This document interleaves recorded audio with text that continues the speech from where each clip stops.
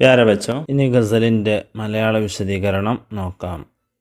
ആദ്യം സുനാ ഹെ log ഉസെ Aankh ഭർ K ദേഖ്തേ high, so ഉസ്കെ ഷഹർ may കുച്ച് ദിൻ ടഹർ K ദേഖ്തേ high. ആളുകൾ അവളെ നിറഞ്ഞ കണ്ണുകളോടെ ആശ്ചര്യത്തോടെ നോക്കുന്നു എന്ന് കേൾക്കുന്നു. ആങ്ക് ബർക്കെ നിറകണ്ണുകൾ, ആശ്ചര്യത്തോടെ, അത്ഭുതത്തോടെ എന്നൊക്കെ അർത്ഥം. സോ ഉസ്കെ ഷഹർ മേ കുച്ച് ദിൻ ടഹർ കെ ദേഖ്തേ ഹേ, അതിനാൽ അവളുടെ നഗരത്തിൽ കുറച്ച് ദിവസം താമസിച്ച് നമുക്കത് നിരീക്ഷിക്കാം. ഇതിൻ്റെ ആശയം, എല്ലാ ആളുകൾക്കും അവളുടെ സൗന്ദര്യവും വ്യക്തിത്വവും ആകർഷിക്കുന്നു. അതിനാൽ അവളെ നേരിട്ട് കാണാനും മനസ്സിലാക്കാനും കവി പരിശ്രമിക്കുന്നു. അടുത്ത വരി, സുനാ ഹെ ഉസ്കോ ബി ഹെ ഷെറോ ഷായരി സെ ഷഗഫ്, സോ ഹം ബി മുഅ്ജിസെ അപ്നെ ഹുനർ കെ ദേഖ്തേ ഹെ. കേൾക്കുന്നു, അവൾക്കും കവിതയോടും സാഹിത്യത്തോടും വലിയ താല്പര്യങ്ങളുണ്ട് എന്ന്. അതിനാൽ നമ്മുടെ കവിതാ പാടവത്തിൽ അത്ഭുതം ഒന്ന് പരീക്ഷിച്ചു നോക്കാം. ആശയം, അവളെപ്പോലെ കവിക്കും സാഹിത്യത്തോട് വലിയ താല്പര്യമുണ്ട്. അതിനാൽ സ്വന്തം കഴിവുകളിലൂടെ അവളുടെ ഹൃദയം നേടാമെന്ന പ്രതീക്ഷയാണ്. അടുത്ത രണ്ട് വരി, സുനാ ഹെ ബോലെ തോ ബാത്തോം സെ ഫൂൽ ചढ़ते ഹെ, യേ ബാത്ത് ഹെ തോ ചലോ ബാത്ത് കർക്കെ ദേഖ്തേ ഹെ. കേൾക്കുന്നു, അവൾ സംസാരിക്കുമ്പോൾ വാക്കുകൾ പൂക്കൾ പോലെ വിരിയുന്നു. അങ്ങനെയെങ്കിൽ നമുക്കും അവളോട് സംസാരിച്ചു നോക്കാം. ഇതിൻ്റെ ആശയം, അവളുടെ വാക്കുകൾ മധുരവും സ്നേഹനിറമുള്ളതാകുന്നു. അതിനാൽ നേരിൽ കാണാനും സ്നേഹപൂർവമായ സ്വഭാവം അനുഭവിക്കാനും കവിക്ക് ആഗ്രഹമുണ്ട്. അടുത്ത വരി, സുനാ ഹെ രാത് ഉസെ ചാന്ദ് തക്താ രഹ്താ ഹെ, സിതാരെ ബാമെ ഫലക് സെ ഉത്തർ കെ ദേഖ്തേ ഹെ. കേൾക്കുന്നു, രാത്രിയിൽ ചന്ദ്രൻ അവളെ തുറിച്ചു നോക്കുന്നു. അവളുടെ മഹത്വവും മനസ്സിലാക്കാൻ വേണ്ടി നക്ഷത്രങ്ങൾ പോലും താഴേക്കിറങ്ങുന്നു. ഈ രണ്ടുപേരിൻ്റെ ആശയം, അവൾക്ക് അത്രയും മൂല്യമുണ്ട്, നക്ഷത്രങ്ങൾ പോലും അവളെ കാണാൻ വേണ്ടി ഭൂമിയിലേക്ക് വരുന്നു.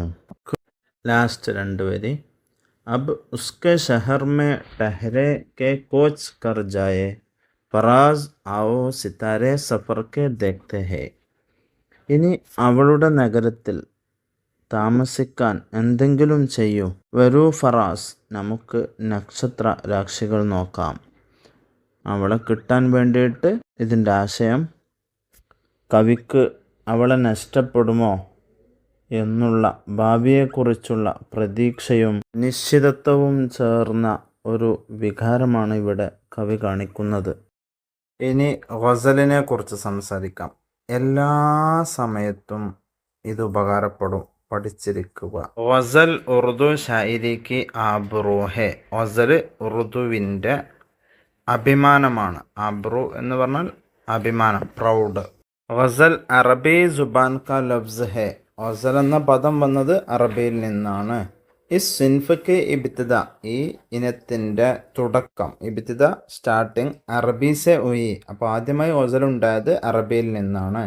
ലോകവി മാന ഔറത്തോം സെ യാ ഔറത്തോം കെ മുതഅല്ലിഖ് ബാത്തേൻ കർണ. ലോകവി മാന ഭാഷാ അർത്ഥം, ഔറത്തോം സെ സ്ത്രീകളെ അല്ലെങ്കിൽ സ്ത്രീകളെ സംബന്ധിച്ച്, ബാത്തേൻ കർണ സംസാരിക്കുക എന്നതാണ് ഇതിൻ്റെ ലോകവി മാന. അത് അത്യാവശ്യമായി പഠിച്ചു വെക്കണേ.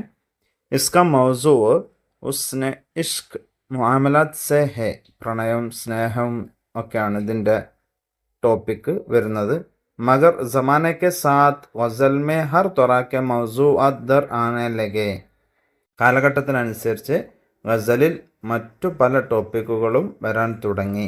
ഗസൽ ക പഹല ഷേർ മത്ലബ് കഹ്ലാത്ത ഹെ. ഗസലിൻ്റെ ആദ്യത്തെ രണ്ട് വരിക്ക് മത്ലബ് എന്ന് പറയുന്നു. കെ ദോനോ മിസ്ര ഹം കാഫിയ ഹം റദീഫ് ഹോത്തെ ഹെ. ഇതിൻ്റെ ഓരോ രണ്ട് വരിക്കും കാഫിയ റദീഫ് ഉണ്ടാകുന്നു.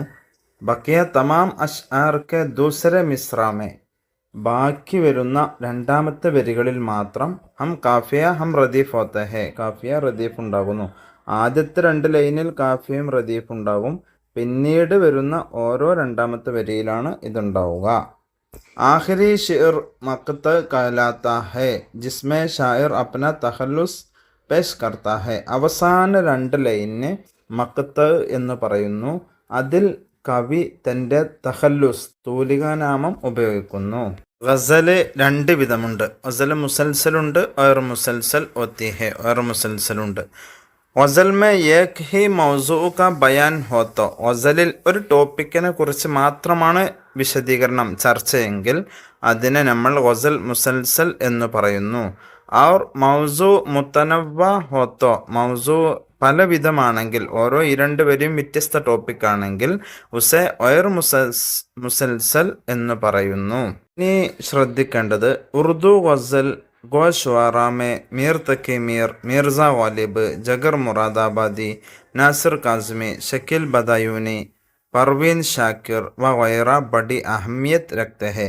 ഈ പറയപ്പെട്ട ആളുകളൊക്കെ ഗസൽ ഗോഷ്വാറ എന്ന് പറഞ്ഞാൽ ഗസൽ എഴുതുന്ന ആളുകൾ. ഇനി പാടുന്ന ആളുകൾക്ക് ഗസൽ ഗലൂഗാർ എന്നാണ് പറയാറുള്ളത്. അതിൽ ഫേമസ് ആയ ആളുകളെ നോക്കാം. മുഹമ്മദ് റഫീ, ലതാജി, പങ്കജ് ഉദാസ്, ആശ ഭോസ്ലെ, ഹരി അരൻ, ഇങ്ങനെയുള്ള ഉലം അലി, മഹ്ദി ഹസൻ വഗൈറ കെ നാം കാബില ദിക്ർ ഹെ. ഇത്രയും ആളുകൾ ഈ ഗസൽ പാടുന്നവരിൽ ഫേമസ് ആയ ആളുകളാണ്. ഇവരുടെ പേരുകൾ ഓർത്തുവെക്കുക. ഇപ്പോൾ നമ്മൾ പഠിച്ച ഗസൽ എഴുതിയത് അഹമ്മദ് ഫറാസ് എന്നിവരാണ്. സയ്യിദ് അഹമ്മദ് ഷാ ഫറാസ് ഉറുദു കെ ബഡേ ഷാഇർ മാനെ ജാത്തെ ഹെ. ഇവരെ ഉറുദുവിൻ്റെ വലിയ കവിയായിട്ട് അംഗീകരിക്കുന്നു. വോ കോഹാട്ട് മേ പൈദാ ഹുയെ, കോഹാട്ടിൽ ജനിച്ചു. അദബി ഖിദ്മാത്ത് കി വജാസെ, സാഹിത്യ സേവനങ്ങൾ കാരണത്താൽ വോ കൈ ഇൻആമാത് സെ നവാസെ ഗയെ, ഒരുപാട് അവാർഡുകൾ ലഭിച്ചിട്ടുണ്ട്. ബച്പൻ സെ ഹി, കുട്ടിക്കാലത്ത് തന്നെ ഉൻകോ ഷേർ വ ഷായിരി സെ ഷൗക്ക് താ, കവിതയോടും കവികളോടും സ്നേഹമുണ്ടായിരുന്നു. उन्होंने कोहाट के इस्लामिया कॉलेज और पेशवार के एडवर्ड कॉलेज से तालीम हासिल की. वो ഉറുദു और ഫാരിസി के മാഹിർ थे. ഉറുദുവിലും പേർഷ്യൻ ഭാഷയിലും നിപുണനായിരുന്നു, മാഹിറായിരുന്നു. पेशवार यूनिवर्सिटी से उर्दू और फारसी में MA की डिग्रियां हासिल की. पेशवाർ യൂണിവേഴ്സിറ്റിയിൽ നിന്ന് ഉറുദുവിലും പേർഷ്യൻ ഭാഷയിലും MA കംപ്ലീറ്റ് ചെയ്തു. उनके शायरी में मोहब्बत और रोमानियत के अलावा मुआशरती नाइंसाफियाँ और सियासी मसाइल की उकासी भी मिलती है. അഹമ്മദ് ഫറാസിൻ്റെ കവിതകളുടെ വിഷയം സ്നേഹവും പ്രണയവും എന്നതിനപ്പുറത്തേക്ക് സാമൂഹിക അനീതിയും രാഷ്ട്രീയ പ്രശ്നങ്ങൾ ഇവക്കൊക്കെ വേണ്ടിയിട്ടുള്ളതും കൂടിയായിരുന്നു. ഉन्होंने मुख्तलिफ असनाफ शायरी में तबा आजमाई की है. ഒരുപാട് വ്യത്യസ്ത ഇനങ്ങളിൽ കവിത പരീക്ഷണം നടത്തിയിട്ടുണ്ടെങ്കിലും ഉൻകെ ഗസലെ, അവരുടെ കവിതകളാണ് കൂടുതൽ ഫേമസ് ആയത്.